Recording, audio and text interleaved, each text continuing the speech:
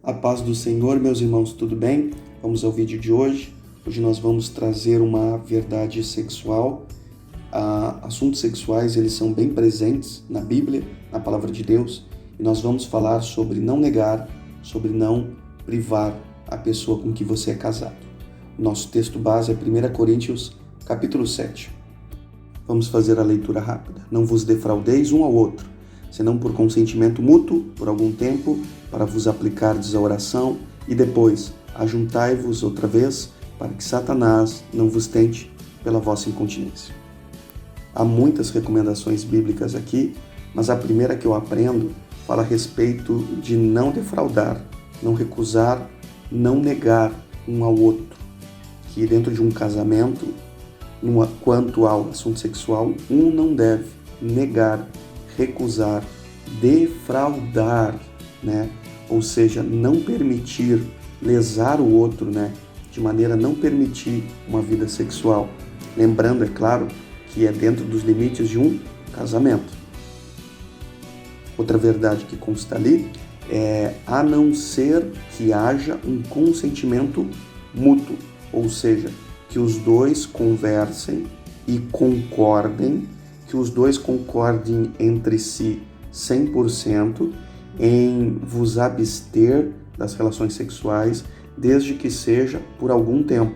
Está falando de um curto período de tempo. Não está falando de muito tempo, mas de um período de tempo curto. E única e exclusivamente para se aplicar à oração. A Bíblia não está dizendo que para você orar, você deve se abster, né, da relação sexual. Mas se você quiser, né, investir um período em consagração, você pode, mas única e exclusivamente se houver concordância das duas partes. Mas existe um depois. Está falando que depois de um pequeno período de tempo, os dois precisam se ajuntar novamente. Está falando de se ajuntar fisicamente. Está falando de voltar a ter relações sexuais. E a última verdade desse verso fala a respeito da ação do tentador. Está falando que o tentador ele vai tentar causar um grande prejuízo, uma ruína, né? Uma destruição para esse casamento, se esse casamento viver num estado de incontinência. Está dizendo que ele vai sim tentar destruir esse casamento, prejudicar, talvez com adultério ou com outro tipo de imoralidade sexual, porque está falando que não é saudável no casamento viver em estado de incontinência. Está dizendo que o tentador vai tentar esse casamento, vai tentar essas pessoas que vivem do estado de incontinência. Está falando, esse texto está recomendando que dentro de um casamento não se viva num estado de incontinência, que um não negue o outro.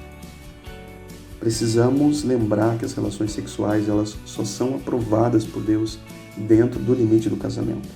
Qualquer tipo de relação sexual, para solteiros ou para pessoas que estão ajuntadas, mas elas não estão casadas, é um tipo de relação completamente imoral. E a Bíblia vai dizer que nem morais, nem imorais, nem adúlteros, eles não herdarão o reino de Deus. Amém? Que esse vídeo possa transformar completamente a sua vida, em nome de Jesus.